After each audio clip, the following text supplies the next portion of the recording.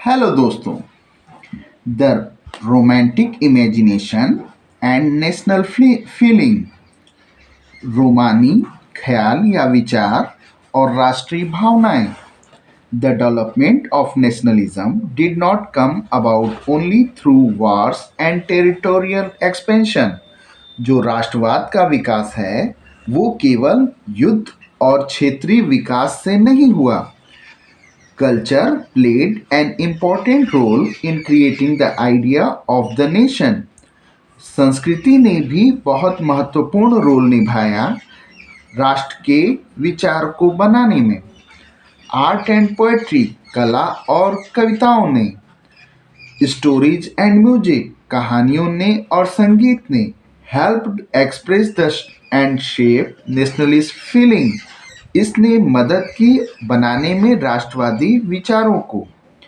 Let us look at romanticism, a cultural movement which sought to develop a particular form of nationalist sentiment.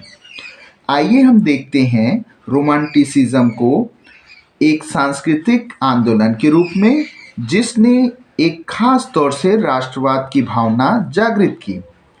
Romantic artists and poets generally criticize the glorification of reason and science. Romantic artist और कवि आमतौर पे बुराई करते हैं या आलोचना करते हैं जो हम लोग गौरवान्वित करते हैं साइंस को और तर्क को।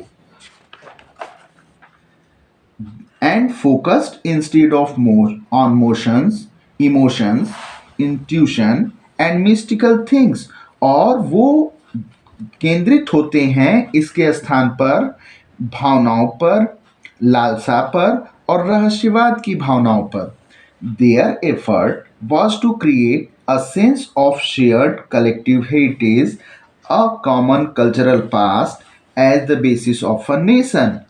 उनका जो प्रयास है वो एक सामूहिक भागीदारी की भावना की विरासत से है, एक कॉमन संस्कृति के रूप में है जो हमारे अतीत की थी और जो कि राष्ट्र पर आधारित होती है। Other romantic such as German philosopher John Gottfried Herder 1744 to 1803 claimed that the true German culture was to be discovered among the common people, thus folk. जो दूसरे romantic German philosopher John Gottfried हर्डर थे, उन्होंने ये दावा किया कि सच्ची जो जर्मन संस्कृति आपको मिलेगी वो एक आम आदमी में ही आप पा सकते हैं। Thus folk. It was through folk song, folk poetry and folk dances and the true spirit of the nation was popularised. ये बताते हैं कि ये लोक गीतों के माध्यम से, लोक कविताओं के माध्यम से, लोक नृत्यों के माध्यम से सच्ची भावना आप राष्ट्र की पा सकते हैं और इसे प्रसारित कर सकते हैं या फैला सकते हैं, लोकप्रिय बना सकते हैं। So collecting and recording these forms of folk culture was essential to the project of nation building. इस प्रकार जो कलेक्टिव, जो सामूहिक रूप से इसको रखना और इसको रिकॉर्ड करना, इस फोक संस्कृति को या लोक संस्कृति को, ये बहुत ज़रूरी था हमें राष्ट्र के निर्माण के लिए। The emphasis on vernacular language and the collection of local folklore was not just to recover an ancient national spirit but also to carry the modern nationalist message to large audience who were mostly illiterate. First, vernacular, पहले आप vernacular को समझ लें। Vernacular it means फोक, लोक, जो आम लोगों की लैंग्वेज होती है, आम जो चीज़ें होती हैं वो वर्नाक्यूलर से आप एम्फेसाइज कर सकते हैं, बता सकते हैं। तो यहाँ आप समझ रहे होंगे the emphasis of vernacular language, vernacular language का और विस्तार करना और इस पर जोर देना और लोकल जो चीज़ें थीं, लोकल लोकगीत थे, लोक संगीत थे, या इन सब चीज़ों को खोजना जो कि प्राचीन राष्ट्रीय भावना से जुड़ी थी। लेकिन ये न तो ये राष्ट्रीय भावना को ही लेके आए, बल्कि ये आधुनिक राष्ट्रवाद के भी संदेश को आम लोगों तक पहुंचा रहे थे जो मुख्य रूप से अशिक्षित थे। This was specially so in the case of Poland, और ये आप खास तौर से पोलैंड के मामले में देख सकते हैं, which had been partitioned at the end of 18th century by the great power Russia, Prussia and Austria, जो खास तौर से बंटवारे 18th सेंचुरी के अंत में बंटवारे में हो गया। किसके द्वारा बंटवारा किया गया? जो उस समय की मुख्य शक्तियां थी यूरोप की, रशिया, प्रशा और ऑस्ट्रिया के माध्यम से। Even though Poland no longer existed as an independent territory, यद्यपि पोलैंड एक आत्मनिर्भर सरकार के रूप में या आत्मनिर्भर देश के रूप में नहीं बचा था, national feeling were kept alive through music and language, फिर भी उन लोगों में राष्ट्रीय की भावना म्यूजिक और भाषा के माध्यम से थी।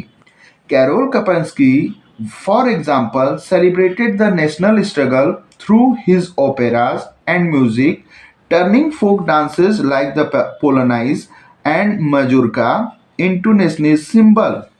लेकिन कैरोल कपेंस्की, जो कि एक उदाहरण है, उन्होंने राष्ट्रीय संघर्ष को बनाए रखा अपने ओपेरा के माध्यम से, म्यूजिक के माध्यम से और फोक डांस के माध्यम से, लोक नृत्यों के माध्यम से, और उन्होंने अपने पोलिश जो उनका कल्चर था उसको बनाए रखा, और पोलनाइज और मैजूरका को उन्होंने नेशनिस्ट या राष्ट्रवादी प्रतीक के रूप में दिखाया। Language too played an important role in developing nationalist sentiment, भाषा जो है उसने भी बहुत महत्वपूर्ण रोल निभाया विकास करने में राष्ट्रवाद की भावनाओं को। After Russian occupation the Polish language was forced out of school and Russian language was imposed everywhere. Russian लोगों के आ जाने से पोलैंड में पोलिश लैंग्वेज को हटा दिया गया स्कूलों से, और रशियन लैंग्वेज को वहाँ पर जबरदस्ती लगा दिया गया हर जगह। In 1831, an armed rebellion against Russian rule took place, which was ultimately crushed। और 1831 में एक सशस्त्र विद्रोह हुआ रशियन के विरुद्ध, और ये अंत में इसे कुचल दिया गया। Following this, many members of the clergy in Poland began to use language as a weapon of national resistance। और इसको देखते हुए बहुत से पादरी जो थे पोलैंड में के, वो अपनी मूल भाषा का इस्तेमाल करने लगे अपने हथियार के रूप में और राष्ट्रवादी भावनाओं को बनाए रखने के लिए। Polish was used for church gathering and all religious instruction, Polish का इस्तेमाल उन्होंने चर्च की जो गैदरिंग होती थी उसके लिए इस्तेमाल करने लगे, और सभी जो भी धार्मिक उनके निर्देश होते थे, जानकारियां होती थी, प्रवचन होते थे, उसमें भी वो अपने पोलिश लैंग्वेज का इस्तेमाल करने लगे। As a result a large number of priest and bishop were put in jail are sent to Siberia by the Russian authorities as punishment for their refusal to preach in Russian। और इसका परिणाम ये हुआ कि भारी संख्या में पुजारियों को, पादरियों को जेल भेज दिया गया साइबेरिया के, और इसका कारण ये था कि रशियन की जो प्रशासनिक व्यवस्था थी वो उनको पनिश करना चाहती थी। क्योंकि उन्होंने मना कर दिया कि हम रशियन लैंग्वेज में प्रवचन या धार्मिक आशीर्वाद नहीं देंगे। The use of Polish came to be seen as a symbol of struggle against Russian dominance, और ये जो पोलिश लैंग्वेज थी वो एक क्रांति के रूप में क्रांति के प्रतीक के रूप में या संघर्ष के प्रतीक के रूप में सामने आई रशियन प्रभाव के। Thank you. अब हम लोग नेक्स्ट टॉपिक में मिलेंगे।